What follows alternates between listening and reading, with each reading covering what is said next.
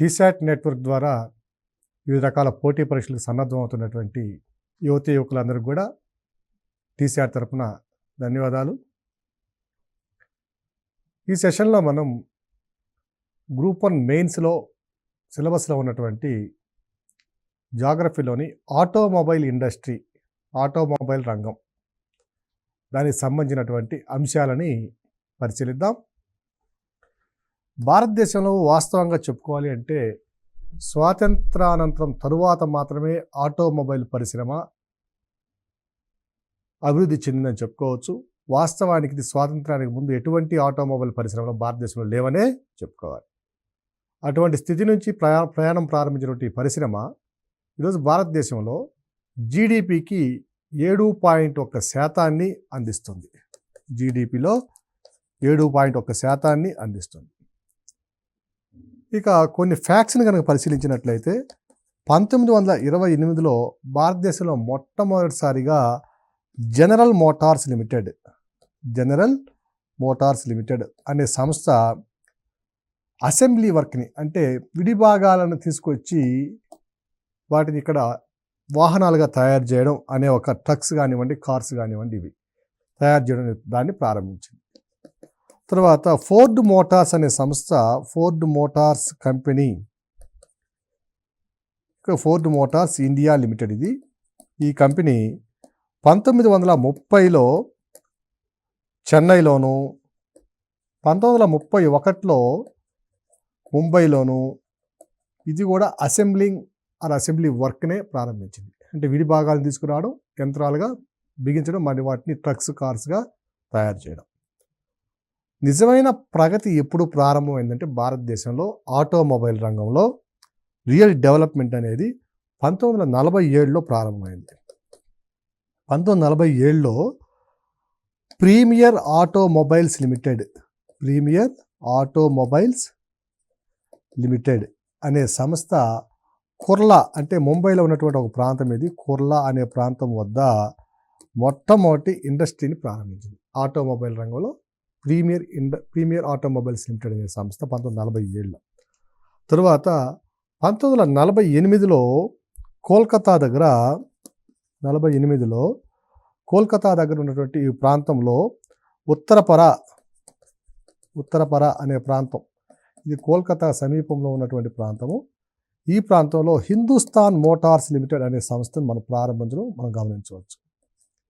Hindustan Motors limited అనే సంస్థ ప్రారంభమైంది. సో ప్రపంచవ్యాప్తంగా అప్పటికే యూరోపియన్ కంట్రీస్ కానివ్వండి, అమెరికా కానివ్వండి, కొన్ని జపాన్ లాంటి దేశాలు కానివ్వండి, ఆస్ట్రేలియా కానివ్వండి, ఇవన్నీ కూడా అప్పటికే ఆటోమొబైల్ రంగంలో ఒక సుస్థిరమైన స్థానాన్ని ఏర్పరచుకొని ప్రగతిని సాధిస్తుంటే, మనం 1947లో మన ప్రయాణం ప్రారంభించినట్టుగా మనం చెప్పుకోవచ్చు. అవి ప్రీమియర్ ఆటోమొబైల్స్ లిమిటెడ్, రెండోది 1948లో ప్రారంభించినటువంటి హిందుస్థాన్ మోటార్స్ లిమిటెడ్. సో ఈ విధంగా ప్రారంభమైనటువంటి పరిశ్రమ 1991 నాటికి మనం కనుక పరిశీలించినట్లయితే ఎన్ని పరిశ్రమలు ఉన్నాయంటే దాదాపుగా ఒక 21-22 పరిశ్రమలు మనం చూడవచ్చు. 1991 తరువాత పారిశ్రామిక విధానం ఎప్పుడైతే కొత్త విధానం వచ్చిందో, ఆర్థిక విధానాల్లో లిబరలైజేషను కన్నా ఇవన్నీ ఎప్పుడైతే వచ్చాయో, ప్రైవేటైజేషను, ఇవన్నీ ఎప్పుడైతే మన భారతదేశంలో ఆర్థిక విధానాల్లో ప్రవేశించబడ్డాయో, ఆ విధానాల వల్ల మనము అనుసరించినటువంటి ఆర్థిక విధానాల వల్ల ఈరోజు భారతదేశంలో ఉన్నటువంటి ఆటోమొబైల్ పరిశ్రమల సంఖ్యను కనుక మనం పరిశీలించినట్లయితే కమర్షియల్ వెహికల్స్ను, అంటే వాణిజ్య పరమైనటువంటి వాహనాలు తయారు చేసే పరిశ్రమలు భారతదేశంలో దాదాపుగా 15 ఉన్నాయి. అలాగే 2 or 3 వీలర్స్, బైకులు కానివ్వండి, ఆటోలు కానివ్వండి, వీటిని తయారు చేసే పరిశ్రమలు భారతదేశంలో 14 ఉన్నాయి. అలాగే ట్రాక్టర్స్ని తయారు చేసే పరిశ్రమలు కనుక చూసినట్లయితే ఇవి కూడా ఒక 14 ఉన్నాయి. సో ఈ విధంగా ఈరోజు భారతదేశంలో ఒక 15 వాణిజ్య రంగం అనేటువంటి వాహనాలు తయారీవి, 14 2 లేదా 3 చక్రాల వాహనాలు తయారు చేసేవి, ట్రాక్టర్ తయారు చేసేవి 14, ఈ విధంగా విస్తరించడం జరిగింది. సో వీటిలో ఉన్నటువంటి ప్రధానమైన పరిశ్రమలను కూడా మనం గమనించాలి. ఒకవేళ మెయిన్స్ పాయింట్ ఆఫ్ వ్యూలో భారతదేశంలో ఆటోమొబైల్ రంగం యొక్క ప్రగతిని చర్చించండి అన్నప్పుడు ఈ ఇండస్ట్రీస్ కూడా మనం రాయవలసిన అవసరం ఉంది. అందుకని ఈ ప్రిలిమ్స్లో వీటిని ఏమి అడగరండి. మెయిన్స్ పాయింట్ ఆఫ్ వ్యూలో ఒకవేళ అడిగినట్లయితే కనుక ఇవి మనం తప్పనిసరిగా గుర్తుపెట్టుకోవాలి. అవి కనుక చూసినట్లయితే మొట్టమొదటిది Tata Motors. So Tata Motors ఇది జంషెడ్పూర్లో ఉంది. ఇక రెండవది చూసినట్లయితే మహీంద్రా అండ్ మహీంద్రా. మన తెలంగాణలో కూడా ఇది ఒక విభాగం మనం చూడొచ్చు. అందరూ తెలిసిందేది మహీంద్రా. ఇది మధ్యప్రదేశ్లో ఉండేటువంటి పిఠాన్పూర్ అనే ప్రాంతంలో ఉంది. పిఠాన్పూర్. ఇక టీఎస్లో మనకి జహీరాబాద్ దగ్గర ఈ యూనిట్ని మనం గమనించవచ్చు. మూడవది చూసినట్లయితే ఐషర్ మోటార్స్ వచ్చి ఇది కూడా పిఠాన్పూర్లో ఉన్నట్టు. ఇది కూడా ట్రాక్టర్లు తయారు చేసేటువంటి కంపెనీ. తర్వాత హిందుస్థాన్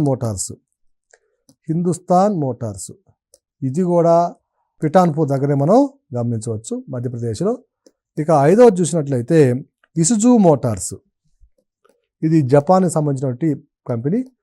ఇది ఆంధ్రప్రదేశ్లో ఉన్నటువంటి ఎకనామిక్ జోన్ ఏదైతే ఉందో SEZ శ్రీ సిటీ అని ఉంది. తమిళనాడుకి ఆంధ్రప్రదేశ్కి మధ్య ఉన్నటువంటి ప్రాంతం ఇది. నెల్లూరు జిల్లాలో ఉంటుంది ఇది. So Isuzu Motors Sri City Nellore AP. తర్వాత పరిశ్రమను కనుక పరిశీలించినట్లయితే హీరో మోటార్స్ కార్పొరేషన్ అంటాం దీన్ని. హీరో మోటార్స్ కార్ప్ వచ్చి ఇది బస్సులను తయారు చేసేటువంటి యూనిట్ ఇది హీరోది. ఇది మెదక్ జిల్లాలో ఉన్నటువంటి పరిశ్రమ. మెదక్లో కొడకంచని అనే ప్రాంతం వద్ద ఉంది ఇది మెదక్లో. హీరో మోటార్స్ కార్ప్ ఇది బస్సు మ్యానుఫ్యాక్చరింగ్ యూనిట్ ఇది. నెక్స్ట్ హోండా కంపెనీది కనుక చూసినట్లయితే ఇది హర్యానాలోనే ఉండేటువంటి మనేసర్ అనే ప్రాంతంలో మనం దీన్ని గమనించవచ్చు. అలాగే India Yamaha Motors private limited ఇది కూడా హర్యానాలోనే ఉంటుంది. India Yamaha Motors private limited. So Yamaha Motors సంబంధించినటువంటి సంస్థ ఇది హర్యానాలో ఉండేటువంటి ఫరీదాబాద్ అనే ప్రాంతంలో మనం గమనించవచ్చు. ఫరీదాబాద్. మరికొన్ని సంస్థలు కనుక మనం పరిశీలించినట్లయితే మారుతి సుజుకి చాలా ప్రధానమైనటువంటి పరిశ్రమ ఇది. భారతదేశంలో కార్ల తయారీలో నంబర్ 1 పరిశ్రమ. ఇది వచ్చి హర్యానాలో ఉండేటువంటి గుర్గావ్లో ఉంది. ఇక రాయల్ ఎన్ఫీల్డ్ ఈరోజంతా కూడా యువత అంతా కూడా దీని మీద తిరగడం మనం గమనించవచ్చు. ఇది వచ్చి చెన్నైలో ఉంది రాయల్ ఎన్ఫీల్డ్. మరొక పరిశ్రమ చూసినట్లయితే హుండై ఇది వచ్చి శ్రీపెరంబదూరు తమిళనాడులో. శ్రీపెరంబదూరు రాజీవ్ గాంధీ అసాసినేట్ చేసినటువంటి ప్రాంతము ఇది తమిళనాడులో ఉన్నటువంటి ప్రాంతం. నెక్స్ట్ మిత్సుబుషి ఇది తిరువళ్ళూరు. అలాగే అశోక్ లైలాండ్ వచ్చి ఇది చెన్నైలో ఉంటుంది. చెన్నైలో కూడా ఎన్నోర్ అనే ప్రాంతంలో ఉంటుంది. చెన్నై ఇండస్ట్రియల్ ఏరియా ఇదంతా కూడా చెన్నై. నెక్స్ట్ వోక్స్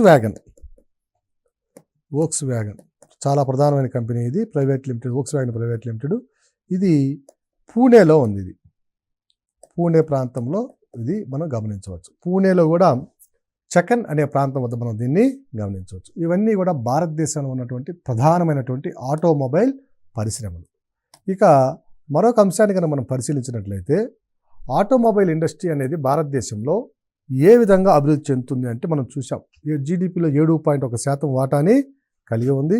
అలాగే ఈ ఆటోమొబైల్ రంగంలో ఉన్నటువంటి వివిధ రకాలు ద్విచక్ర వాహనాలు కావచ్చు, త్రిచక్ర వాహనాలు కావచ్చు, కార్లు కావచ్చు, బస్సులు కావచ్చు, ట్రక్స్ కావచ్చు, అన్నింటి యొక్క వాటా 100% అయితే వాటిలో ద్విచక్ర వాహనాల యొక్క వాటానే 81% మనం గమనించవచ్చు. ద్విచక్ర వాహనాల వాటా 81%గా మనం మొత్తం ఉత్పత్తిలో 81% అదే ఆక్రమిస్తుంది.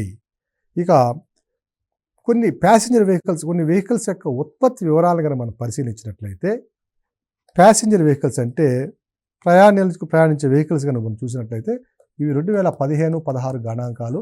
మనకి ఇంతకంటే ముందు తర్వాత గణాంకాలు ఎక్కడా కూడా లభ్యం కావడం లేదు. అభ్యర్థుల విషయాన్ని గమనించాలి. ప్యాసింజర్ వెహికల్స్ కనుక చూసినట్లయితే ఇవి 6,53,889 వెహికల్స్ని తయారు చేస్తే కమర్షియల్ అంటే వాణిజ్యపరమైనటువంటి వాహనాలు వచ్చి 1,01,689 వాహనాలని మనం తయారు చేసాం. వాణిజ్య వెహికల్స్ తర్వాత 3 వీలర్స్ అంటే 3 చక్రాలు 3 వీలర్స్ కనుక మనం చూసినట్లయితే ఇవి దాదాపుగా 4,04,000 వాహనాలను మనం తయారు చేసాం. అలాగే 2 వీలర్స్ కనుక చూసినట్లయితే 2 చక్రాలు ఉన్నటువంటి బైక్లు కనుక చూసినట్లయితే ఇవి గరిష్టంగా 24,81,000 చిల్లర మనం తయారు చేయడం జరిగింది. అంటే మొత్తం మీద చూస్తే ఇవన్నీ కూడా ఒక 36 లక్షల వెహికల్స్ని మనం సాలీనా తయారు చేస్తూ ఉన్నాం. ఓకేనా? సో ఇంత పెద్ద మార్కెట్ని కలిగి ఉన్నటువంటి దేశంగా మనం దీన్ని గమనించాలి. ఇక భారత ప్రభుత్వం తీసుకున్నటువంటి ఏమైనా చర్యలు ఏమైనా ఉన్నాయా అని మనం కనుక పరిశీలించినట్లయితే మేక్ ఇన్ ఇండియా అనే ప్రోగ్రామ్ని భారతదేశం ప్రవేశపెట్టడం మనకు అందరికీ తెలిసింది. ఇందులో భాగంగా భారతదేశంలో 2026 నాటికి అంటే 2016 నుంచి అండి, ఇది 2016 నుంచి 2026 నాటికి ఆటోమొబైల్ రంగంలో గణనీయమైన ప్రగతిని సాధించి 9.4 మిలియన్స్ వెహికల్స్ని మనం వాహనాలని తయారు చేయాలని లక్ష్యంగా కూడా పెట్టుకోవడం జరిగింది. 9.4 మిలియన్ అంటే 94 లక్షల వాహనాలను మనం తయారు చేయాలని లక్ష్యంగా పెట్టుకోవడం జరిగింది. అలాగే 100% ఎఫ్డిఐలను కూడా మనం దీంట్లో ఎప్పటి నుంచో అనుమతిస్తున్నాం. ఈ 100% ఎఫ్డిఐల ద్వారా విదేశీ కంపెనీలన్నీ కూడా భారతదేశంలో తమ ఉత్పత్తి కేంద్రాలను ప్రారంభించడంతో పాటు భారతీయ యువతకు కూడా అనేక రంగాలలో ఉద్యోగ ఉపాధి అవకాశాలు కల్పించడం కూడా మనం గమనించవచ్చు. అలాగే ప్యాసింజర్ వెహికల్స్ని అధికంగా ఉత్పత్తి చేయడంతో పాటు ఈ మేక్ ఇన్ ఇండియా ప్రోగ్రాంలో వాటిని అధికంగా ఎగుమతి చేయడానికి ఉన్న అవకాశాలన్నింటినీ కూడా ఉపయోగించుకోవాల్సిందిగా ఈ కార్యక్రమంలో మనం సూచించడం జరిగింది. అలాగే మరొక అంశం కనుక మనం పరిశీలించినట్లయితే ఇథనాల్ బ్లెండెడ్ పెట్రోల్ ఏదైతే ఉందో దాన్ని తప్పనిసరి చేస్తూ ఒక ఆర్డినెన్స్ కూడా తీసుకురావడం జరిగింది. సో 5% ఇథనాల్ని పెట్రోల్లో బ్లెండ్ చేసే విధంగా, పర్యావరణ పరిరక్షించే విధంగా కూడా మనం ఒక చర్యను తీసుకుంటున్నాం. విద్యుత్ రంగాల్లో అంటే విద్యుత్ వాహనాల తయారీ, హైబ్రిడ్ వెహికల్స్ తయారు చేసి పర్యావరణాన్ని పరిరక్షించడంతో పాటుగా మనకి విద్యుత్ రంగంలో వస్తున్నటువంటి అనేక రకాలైనటువంటి మార్పులకి తట్టుకునే విధంగా ఈ వాహనాలు తయారు చేయడం కూడా ఒక లక్ష్యంగా పెట్టుకోవడం జరిగింది. అంటే ఎలక్ట్రిక్ మొబిలిటీ మిషన్ 2020 అంటాం దీన్నే. ఎలక్ట్రిక్ మొబిలిటీ మిషన్ 2020 ఇందులో భాగంగానే ఎలక్ట్రిక్ వాహనాలు మొదట బైక్స్ విషయంలో కానీ స్కూటీస్ విషయంలో కానీ తయారు చేస్తే దాన్ని క్రమంగా ఈరోజు కార్లకు కూడా మనం అనువర్తింపజేసి ఈరోజు మనం పరిస్థితులు చూస్తున్నాం. చాలా వరకు కార్లు కూడా ఎలక్ట్రిక్ వాహనాలు మనం ఉపయోగించడం మనం గమనిస్తున్నాం. సో ఇవన్నీ కూడా ఎలక్ట్రిక్ మొబిలిటీ మిషన్ 2020లో ఉన్నటువంటి విభాగము. దీన్ని ఆటోమొబైల్ రంగానికి మనం అనువర్తిస్తూ ఉన్నాం. ఇక ప్రాబ్లమ్స్ కనుక చూసినట్లయితే భారతదేశంలో ఉన్నటువంటి ఆటోమొబైల్ పరిశ్రమ ఎదుర్కొంటున్న సమస్యలను కనుక మనం పరిశీలించినట్లయితే ఇది డైనమిక్గా చేంజెస్ ఉన్నటువంటి పరిశ్రమ. అంటే గతిశీలక ప్రభావం ఎక్కువ, వస్తున్నటువంటి మార్పులు టెక్నాలజీతో పాటుగా ప్రజల యొక్క అభిరుచుల్లో వస్తున్నటువంటి మార్పులు చాలా గణనీయంగా త్వరితగతిన మారిపోతున్నటువంటి పరిశ్రమ. ఈరోజు ఉన్నటువంటి మోడలు రేపు ఉంటుందని చెప్పడానికి గ్యారెంటీ లేదు. సో ప్రజలు కూడా కొత్త కొత్త మోడల్స్ని ఉపయోగించాలి అనే ఒక వినూత్నమైనటువంటి అవకాశాలని ఆలోచన కలిగి ఉండడం ఈ పరిశ్రమకు ప్రధానమైనటువంటి అవరోధంగా ఉంది. ఈ కంపెనీస్ మధ్య ఉన్నటువంటి మ్యానుఫ్యాక్చరింగ్ ఇండస్ట్రీస్ మధ్య ఉన్నటువంటి పోటీతత్వం ఏదైతే ఉందో ఆ పోటీతత్వంలో భాగంగా వివిధ రకాల మోడళ్ళు, వివిధ రకాలైనటువంటి ఫీచర్స్తో ఉన్నటువంటి వెహికల్స్ రోజు మార్చి రోజు వస్తూ ఉండడం వల్ల ఈ సమస్యని అధిగమించడం చాలా కష్టంగా ఉంది పరిశ్రమలకి. సో జీవన విధానంతో పాటుగా ప్రజల యొక్క అభిరుచుల్లో మార్పు ఉండడం అనేది కూడా ఒక ప్రధానమైనటువంటి సమస్య. ఇక భారతదేశంలో కనుక మనం చూసినట్లయితే ఈ పరిశ్రమ భౌగోళికంగా పూర్తి స్థాయిలో అన్ని ప్రాంతాల్లో అభివృద్ధి చెందకపోవడం అనేది ఒక సమస్యగా ఉంది. ఉదాహరణకు తమిళనాడులో ఉన్నటువంటి ఆటోమొబైల్ రంగం పక్కన ఉన్నటువంటి కేరళ కానివ్వండి, కర్ణాటక, ఆంధ్రప్రదేశ్, తెలంగాణ రాష్ట్రాలు అంత స్థాయిలో అభివృద్ధి చెందకపోవడం కూడా ఒక ప్రధానమైనటువంటి సమస్యగా ఉంది. అంటే కేంద్ర ప్రభుత్వం తీసుకున్నటువంటి ఈ చర్యల వల్ల కొన్ని ప్రాంతాలలో మాత్రమే పరిశ్రమ అభివృద్ధి చెందడంతో కొన్ని ప్రాంతాలకే ఉద్యోగ ఉపాధి అవకాశాలు పరిమితం కావడం, వెనుకబడిన రాష్ట్రాల్లో కనుక అభివృద్ధి చెందినట్లయితే వీటిని ఏర్పాటు చేసినట్లయితే మనకి సమగ్రమైనటువంటి అభివృద్ధి జరగడానికి కూడా అవకాశం ఉన్నట్లుగా మనం గమనించవచ్చు. అలాగే న్యూ టెక్నాలజీస్ అనేవి ప్రతిరోజు మారిపోతూ ఉండడం కూడా, అంటే టెక్నాలజీస్లో వస్తున్నటువంటి కొత్త ఆవిష్కరణలు, నూతన ఆవిష్కరణలు అనేవి కూడా ప్రతిరోజు రోజు రోజుకి క్షణక్షణానికి మారిపోతుండడం కూడా ఈ పరిశ్రమలు ఏవైతే ఉన్నాయో ఆ టెక్నాలజీని అడాప్ట్ చేసుకోవడం, ఇన్నోవేటివ్గా ఆ న్యూ టెక్నాలజీని వారే రీసెర్చ్ అండ్ డెవలప్మెంట్ చేయడం, అంటే పరిశోధన దాని వల్ల అభివృద్ధి చేయడం అనేవి పెను సవాళ్ళుగా మారుతున్నాయి ఈ పరిశ్రమలకి. దీని ద్వారా ఆ రీసెర్చ్ అండ్ డెవలప్మెంట్కి పెట్టేటువంటి ఖర్చు కూడా అధికమవుతుండడంతో ఆ భారం అంతా కూడా ఉత్పత్తిదారులు, వినియోగదారుల మీద వేయడం వల్ల దీని యొక్క రేట్లు కూడా, వాహనాల యొక్క ఖర్చు కూడా అధికంగా ఉంటుంది. అంటే వాటిని మనం కొనుగోలు చేసే ఖరీదు కూడా అధికంగా ఉండడం మనం గమనించవచ్చు. అలాగే ఇప్పటి వరకు నడిచినటువంటి పెట్రోల్, డీజిల్ వెహికల్స్ స్థానంలో మరలా కొత్తగా వచ్చినటువంటి హైబ్రిడ్ వెహికల్స్ ఏవైతే ఉన్నాయో, ఎలక్ట్రిక్ వెహికల్స్ని ఉత్పత్తి చేయడంలో కొన్ని సమస్యలు కూడా ఉన్నాయి. దీనివల్ల పరిశ్రమలు కొత్తగా మరలా ఈ హైబ్రిడ్ వెహికల్స్, ఇంజిన్ వెహికల్స్కి తయారు చేయడానికి కొత్తగా యూనిట్లు ఏర్పాటు చేసుకోవడం, ఆ యూనిట్స్ ఏర్పాటు చేసుకునేందుకు అవసరమైనటువంటి సాంకేతికతను, అలాగే ఆర్థిక వ్యవహారాలు ఆర్థికంగా వాటికి కావాల్సినటువంటి ఫైనాన్సెస్ సమకూర్చుకోవడం, సాంకేతికను సమకూర్చడం అనేవి చాలా ప్రధానమైనటువంటి లోపాలుగా మనం గమనించవచ్చు. కానీ భవిష్యత్తులో ఈ హైబ్రిడ్ వెహికల్స్తో ప్రధాన పాత్ర కాబోతుండడం వల్ల వీటి మీద వెచ్చించే వ్యయము వ్యర్థం కాదని కూడా మనం గమనించాలి. వీటితో పాటుగా ఇప్పటి వరకు ఉన్నటువంటి అవస్థాపన సౌకర్యాలు ఏవైతే ఉన్నాయో, ఏవి పెట్రోల్ ఇంజిన్ కానివ్వండి, డీజిల్ ఇంజిన్ కానివ్వండి, ఇవి స్థానంలో వాటిని రీప్లేస్ చేసే విధంగా కార్యక్రమాలు లేకపోవడం వల్ల ఇప్పటి వరకు వీటి మీద పెట్టినటువంటి వ్యయం కూడా భవిష్యత్తులో వ్యర్థం కావడానికి అవకాశం ఉన్నట్లుగా మనం గమనించవచ్చు.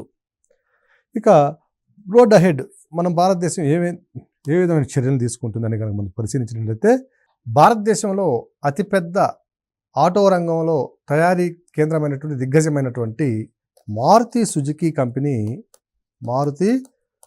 కంపెనీ 2020 నాటికి కన్నా 4 మిలియన్ల యూనిట్లని ఉత్పత్తి చేయాలని నిర్ణయించడం. 4 మిలియన్ల యూనిట్లని అంటే కార్స్ కానివ్వండి, వేరే వెహికల్స్ అన్నీ కూడా, అన్ని వెహికల్స్ని 4 మిలియన్ల యూనిట్, 40 లక్షల వాహనాలని తయారు చేయాలని నిర్ణయించడం జరిగింది. అలాగే వాహనాలు తయారు చేయడం కూడా జరిగింది. కానీ ఈ మధ్యకాలంలో సంభవించినటువంటి కరోనా ఉపద్రవం ఏదైతే ఉందో దాని ఫలితంగా ఈ యూనిట్లన్నీ కూడా అమ్ముడుపోకపోవడం అనేది మనం గమనించవచ్చు. అలాగే చైనాలో కనుక చూసినట్లయితే, ఈ చైనా యొక్క చరిత్రలో కూడా ఎప్పుడూ లేని విధంగా ఈ ఆర్థిక సంవత్సరంలో ఒక కంపెనీ కనీసం ఒక్క వెహికల్ కూడా షాంఘై నుంచి 2022 సంవత్సరంలో ఒక్క వెహికల్ని కూడా ఈ రోజుకి అమ్మకపోవడం కూడా మనం గమనించవచ్చు. అంటే ఈ రంగం కూడా ప్రధానంగా ఈ ఉపద్రవాలు ఏవైతే వస్తున్నాయో, ఎపిడమిక్స్ ఏవైతే వస్తున్నాయో, ఈ కరోనా లాంటి వాటి వల్ల కూడా తీవ్రమైనటువంటి ఒడిదుడుకు ఎదుర్కోవడం, ఈ రంగంలో ఉన్నటువంటి ఈ కార్మికులు కానివ్వండి, ఉద్యోగులు కానివ్వండి ఉపాధిని కోల్పోవడం అనేది కూడా ఒక ప్రధానమైన సమస్యగా మనం చూసుకోవచ్చు. కానీ మారుతి సుజుకి తీసుకున్నటువంటి నిర్ణయం భారతదేశ యొక్క ఆర్థిక వ్యవస్థలో ఒక ప్రధానమైన నిర్ణయము. 4 మిలియన్ యూనిట్లను ఉత్పత్తి చేసి వాటిని ఎగుమతి చేయాలనుకోవడం. ఇది 1.97 మిలియన్ యూనిట్లుగా ఉందండి. 2018 సంవత్సరంలో 1.9 మిలియన్ యూనిట్లుగా ఉన్నటువంటి ఈ రంగాన్ని, ఈ విలువని 4 మిలియన్ యూనిట్లకు పెంచడం అనేది ఒక సాహసోపేతమైన నిర్ణయం. భారత ప్రభుత్వం 2026 నాటికి ఒక లక్ష్యాన్ని కూడా నిర్ణయించుకోవడం జరిగింది. ఈ లక్ష్యం ప్రకారము 65 మిలియన్ల జాబుల్ని అధికంగా దీంట్లో సృష్టించాలని కూడా ఒక లక్ష్యంగా పెట్టుకుంది. 65 మిలియన్ల కొత్త ఉద్యోగాలని సృష్టించడం ఇందులో ప్రధానంగా ఒక లక్ష్యంగా పెట్టుకోవడం జరిగింది. ఈ 65 మిలియన్ల కొత్త ఉద్యోగాలు సృష్టించడంతో పాటుగా 2026 నాటికి మొత్తము ఈ రంగం ద్వారా ప్రభుత్వానికి వచ్చే సమకూరే ఆదాయాన్ని $300 బిలియన్ల వరకు పెంచడానికి ప్రణాళికలను రచించింది. $300 బిలియన్ల ఆదాయాన్ని సమకూర్చే విధంగా ఈ రంగాన్ని అభివృద్ధి చేయాలని ఒక లక్ష్యంగా కూడా పెట్టుకోవడం జరిగింది. సో 2026 నాటికి ఈ యొక్క ఆటోమొబైల్ తయారీ రంగం ఏదైతే ఉందో దాని నుంచి $300 బిలియన్ అధిక ఆదాయాన్ని, అంటే మొత్తం ఆదాయాన్ని సమకూర్చుకోవడంతో పాటుగా ఇప్పటి వరకు 7.1% జీడిపిలో ఆక్రమిస్తున్నటువంటి ఈ రంగము 2026 నాటికి జీడిపిలో దీని వాటా 14% పెంచాలని కూడా నిర్ణయం తీసుకోవడం జరిగింది. సో ఈ పాయింట్స్ అన్నీ కూడా మనకి ప్రిలిమ్స్ పాయింట్ ఆఫ్ వ్యూ రావడానికి అవకాశం ఉన్నాయి. 2026 నాటికి భారతదేశంలో ఉన్నటువంటి వాహన రంగం, ఆటోమొబైల్ తయారీ రంగం ఎంత జీడిపిని సాధించాలని, జీడిపిలో ఎంత వాటాను సాధించాలని లక్ష్యంగా పెట్టుకోవడం నిర్ణయించిందంటే అది 14%గా గుర్తుపెట్టుకోవాలి. 65 మిలియన్ కొత్త ఉద్యోగాలు సృష్టించడానికి కూడా లక్ష్యంగా పెట్టుకుంది. ఆదాయం కూడా $300 బిలియన్ వరకు ఆదాయాన్ని సమకూర్చుకోవాలని లక్ష్యంగా పెట్టుకోవడం జరిగింది. దీని తర్వాత మరొక పరిశ్రమ మనం చూసినట్లయితే ship building industry in India, అంటే షిప్పుల తయారీ, నౌకా నిర్మాణ పరిశ్రమ. ఏషియాలో జపాన్ తర్వాత నౌకా నిర్మాణ రంగం అత్యధికంగా అభివృద్ధి చెందిన దేశం ఏదంటే అది భారతదేశమనే చెప్పుకోవాలి. ఓకేనా. ఇది షిప్పింగ్లో అంటే కార్గో ట్రాన్స్పోర్టేషన్లో అంటే సరుకుల రవాణాలో జపాన్ తర్వాత అత్యధికంగా ఏషియన్ కంట్రీస్ అన్నింటిలో కూడా జపాన్ తర్వాత భారతే ముందుండడం మనం గమనించాలి. ఇక భారతదేశంలో ఉన్నటువంటి నౌకా నిర్మాణ ప్రక్రియ అనే అంశం ఎప్పుడు మొదలైంది అనేటువంటి మన పరిస్థితిని కనుక మనం పరిశీలించినట్లయితే మొట్టమొదటిసారిగా 1941లో హిందుస్థాన్ షిప్ యార్డ్ లిమిటెడ్ అనే సంస్థ ప్రారంభించబడింది. అనేక సందర్భాల్లో ఇది ప్రిలిమ్స్లో వచ్చినటువంటి ప్రశ్న.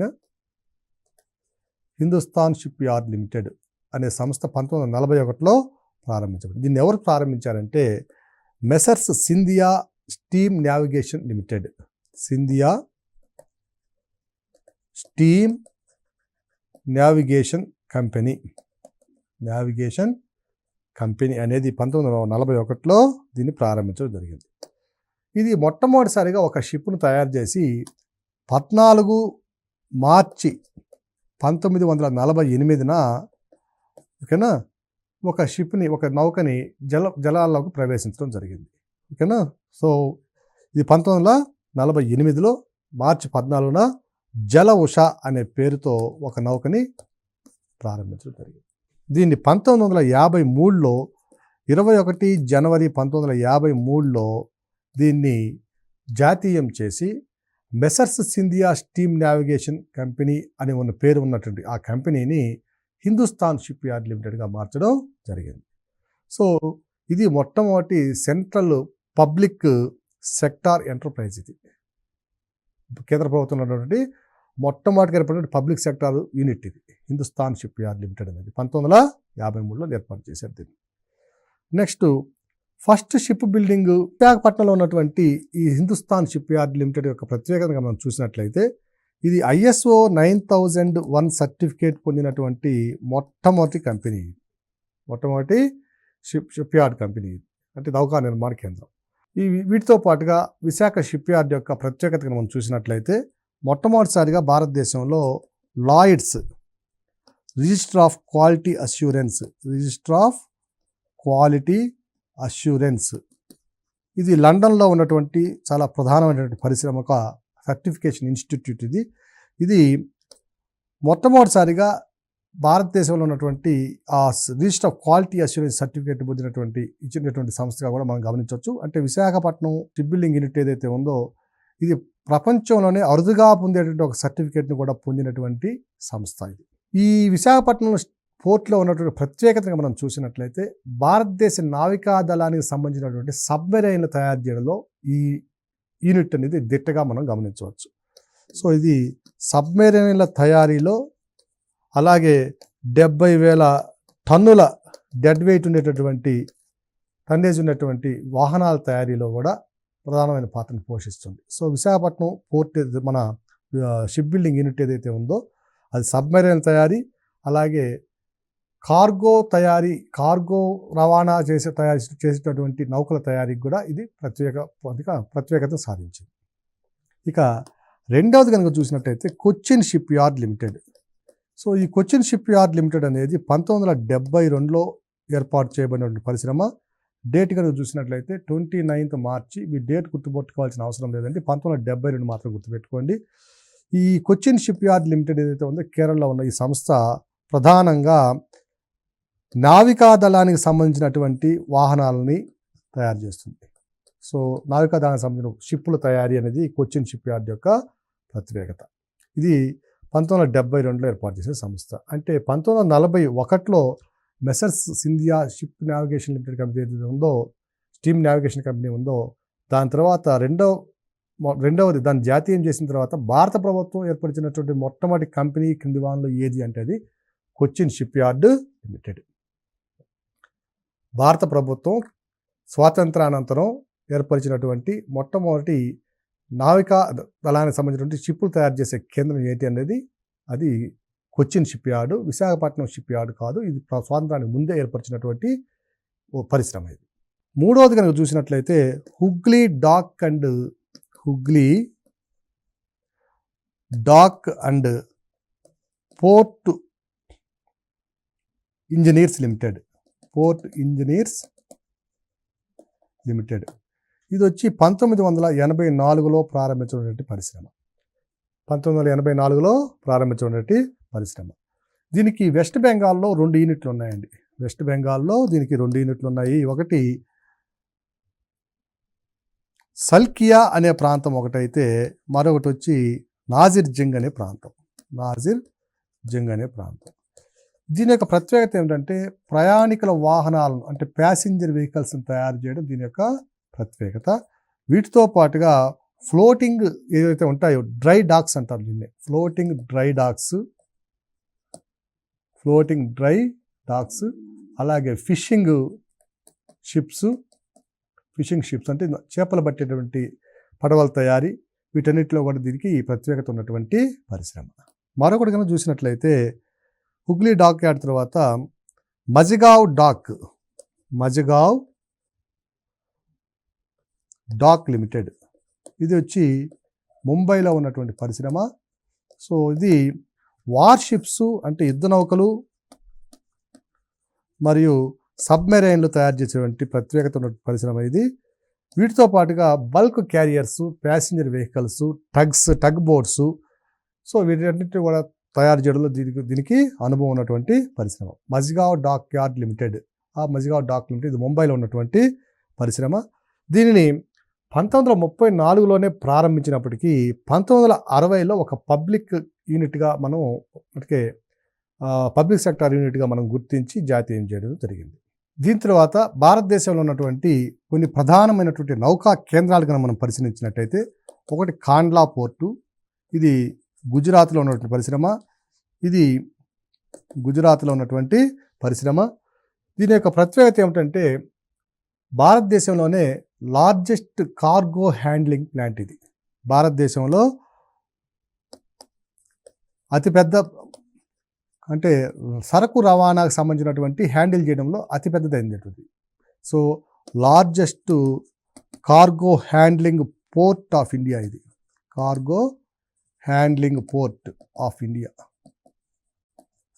ఓకే, ఇక రెండవది కనుక చూసినట్లయితే నవసేన పోర్ట్ కనుక చూసినట్లయితే దీన్నే జవహర్లాల్ నెహ్రూ పోర్ట్ అని కూడా అంటారు. ఇది largest container port of India.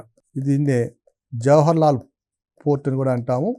So ఇది అతిపెద్ద కంటైనర్ పోర్ట్. ఇది కంటైనర్లని హ్యాండిల్ చేయడంలో ఉన్నటువంటి అతిపెద్ద పోర్టు నవసేన పోర్ట్.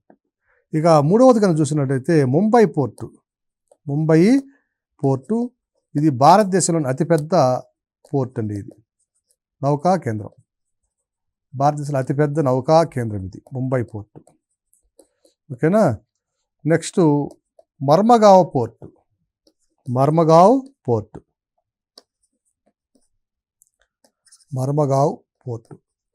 సో ఇది మనకు తెలుసండి, గోవాలో ఉన్నటువంటి పోర్ట్ ఇది మర్మగావ్.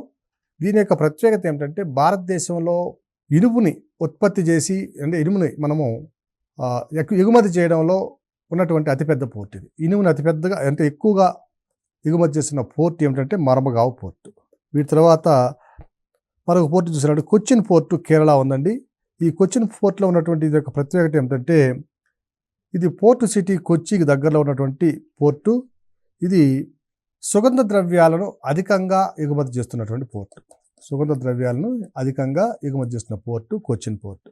ఇక పోర్ట్ బ్లెయిర్ ఉందండి, అండమాన్లో ఉన్నటువంటి పోర్ట్ బ్లెయిర్ ఉంది. ఈ పోర్ట్ యొక్క ప్రత్యేకత ఏమిటంటే అండమాన్లో ఉన్నటువంటి అన్ని దీవులు అన్నా కానీ ఒకే ఒక పోర్టు ఉంది, పోర్ట్ బ్లెయిర్ పోర్ట్ ఇది. నెక్స్ట్ ఇది వచ్చి మరొకటి తుటికారన్ పోర్టు. ఇది వచ్చి తమిళనాడులో ఉన్నటువంటి పోర్టు. దీని యొక్క ప్రత్యేకత ఏమిటంటే భారతదేశంలో ఉన్నటువంటి ఆర్టిఫిషియల్ పోర్టుల్లో డీపెస్ట్ పోర్ట్ ఇది. అంటే కృత్రిమంగా నిర్మించినటువంటి పోర్టులలో లోతైన పోర్టు ట్యుటికారన్ పోర్టు. ఇక చెన్నై పోర్టు చూస్తామంటే ఇది second largest port in India, రెండవ అతిపెద్ద పోర్ట్ ఇది Chennai port. So Chennai port నుంచి ఏమవుతుందంటే భారతదేశం నుంచి అత్యధికంగా వాహనాలు ఏ పోర్ట్ నుంచి ఎగుమవుతున్నాయంటే ఇప్పుడే మనం ఆటోమొబైల్ ఇండస్ట్రీ చూసాం. ఈ ఏ పోర్ట్ నుంచి వాహనాలు అత్యధికంగా ఎగుమవుతున్నాయంటే చెన్నై పోర్ట్ నుంచి అవుతున్నాయి. నెక్స్ట్ వచ్చి వైజాగ్ పోర్ట్ ఉందండి, ఓల్డెస్ట్ పోర్ట్ ఇది. వైజాగ్ ఓల్డెస్ట్ అంటే చాలా పురాతనమైన చాలా చరిత్ర కలిగినటువంటి పోర్టు. వీటితో పాటుగా ప్రధానంగా దీని యొక్క ప్రత్యేకత ఏమిటంటే న్యాచురల్ డీపెస్ట్ హార్బర్ పోర్ట్ ఇది. అయితే సహజంగానే చాలా లోతైనటువంటి పోర్ట్ ఇది వైజాగ్ పోర్ట్. వీటితో పాటుగా మరొక పోర్ట్ని కనుక మనం చూసినట్లయితే పనంబూర్ పోర్ట్ కర్ణాటక, దీన్నే మంగళూరు పోర్ట్ అని కూడా అనడం జరుగుతుంది. సో భారతదేశం నుంచి అత్యధికంగా కాఫీని ఎగుమతి చేసే పోర్ట్ ఇది, కాఫీ పోర్ట్ అంటాము. అలాగే క్యాజ్యూ నట్స్ అంటే జీడి మామిడి కాఫీని అత్యధికంగా ఎగుమతి చేస్తున్నటువంటి పోర్టు పెరంబూర్ పోర్ట్. సో అభ్యర్థులందరూ కూడా ఈ షిప్ యార్డ్ ఇండస్ట్రీని అలాగే దేశంలో ఉన్నటువంటి వివిధ రకాల పోర్ట్లని క్షుణ్ణంగా పరిశీలించి ఈ ప్రిలిమ్స్ పాయింట్ ఆఫ్ వ్యూలో మనకు రావడానికి అవకాశం అంశాలు ఉన్నాయి కాబట్టి లోతైన పోర్ట్ ఏమిటి, డీపెస్ట్ పోర్ట్ ఏంటి, అలాగే ఏ పోర్ట్ నుంచి ఎటువంటి ఎగుమతులు జరుగుతున్నాయి, భారతదేశంలో మొత్తం ఎన్ని పోర్ట్లు ఉన్నాయి, ఇవన్నీ కూడా అభ్యర్థులు కొంత సమాచారాన్ని సేకరించుకొని తమ ప్రిపరేషన్ సాగించాలని కోరుకుంటున్నాం. టీసీఆర్ తరపున మీకు అందరికి కూడా ధన్యవాదాలు.